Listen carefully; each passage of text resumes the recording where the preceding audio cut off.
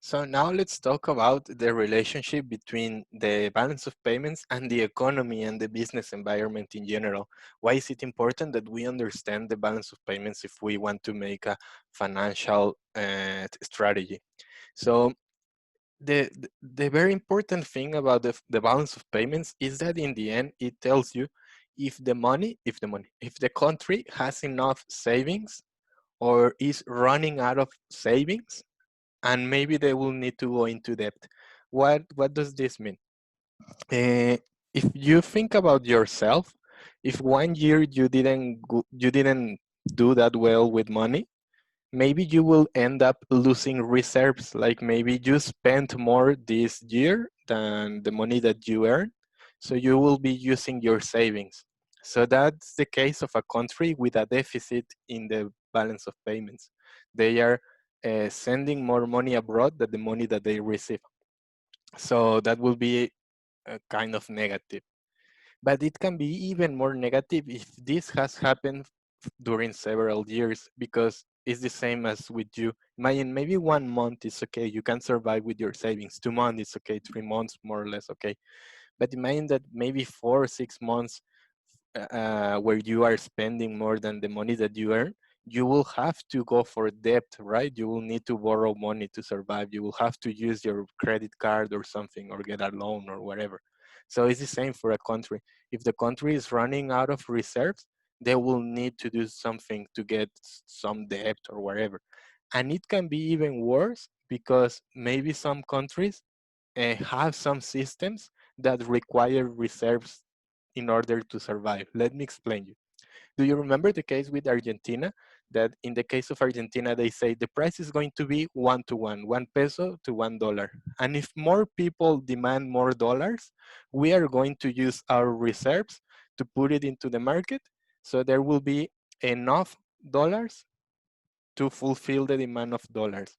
So that's what Argentina was doing. Sometimes Mexico do that. I think I already told you about this. Sometimes Mexico does this trick. It's okay because we have a managed float, so we have the option to do it. So when the dollar is very expensive, the Bank of Mexico uses some of the money that they have in their savings and put it into the market. So then with more supply, the price of the dollar can stabilize. So the relationship between the result of the balance of payments and the exchange rate is very, very important.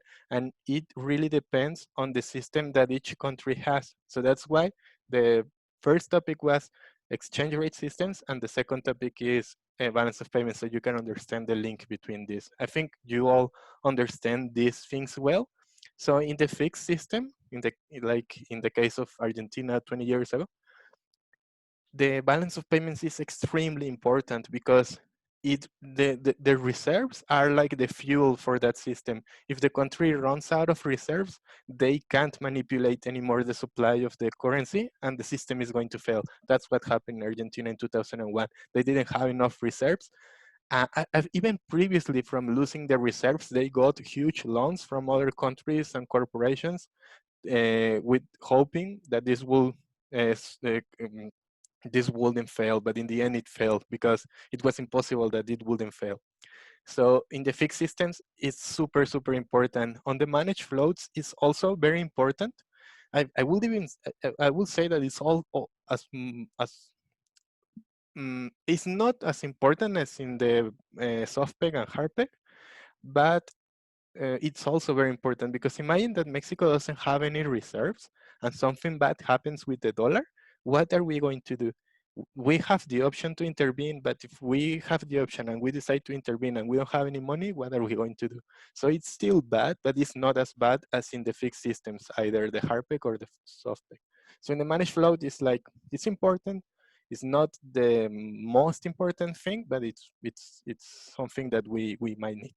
And then in the floating system, it's not that important. It's not, it's in, in, in theory, it's not relevant at all because they don't focus on intervention in the floating system, the free float system, but it can give you some tricks. I will explain later on I think in the next 2 videos. But in the free float system, the balance of payments, instead of telling you if the country is going to fail or not. It gives you hints about consumption, um, how can I like consumption trends or investment trends on that country, because the balance, you can read the balance of payments and more or less conclude about what's going to happen on that country. So it doesn't tell you if the country is going to fail or not, because even if the country doesn't have enough reserves, it doesn't matter because they don't care about intervening. The government doesn't play any role in there. So but it gives you some hint that you can read, and then you can conclude what will happen with that country if you read correctly the balance of payments. So I think that I want to tell you a story again, uh, about the reserves that some countries have around have in the world, because maybe you already know that China is the country with the most reserves in the world. In the next video, I will explain how that happened. Then the second one is Japan. I will also explain a little bit about that. Then Russia, Saudi Arabia, because those are countries that sell a lot of oil. So they receive a lot of money from selling oil. That's why they have a lot of reserves. Russia, Saudi Arabia, Brazil, and which other, Algeria. We are here, Mexico, we also sell oil. And according to our GDP, it's not that bad, this amount of reserves that we have. And also I think this, well, it's still very similar. It hasn't changed that much, even though it's 10 years old. It's almost the same thing right now at the moment. It's almost the same numbers.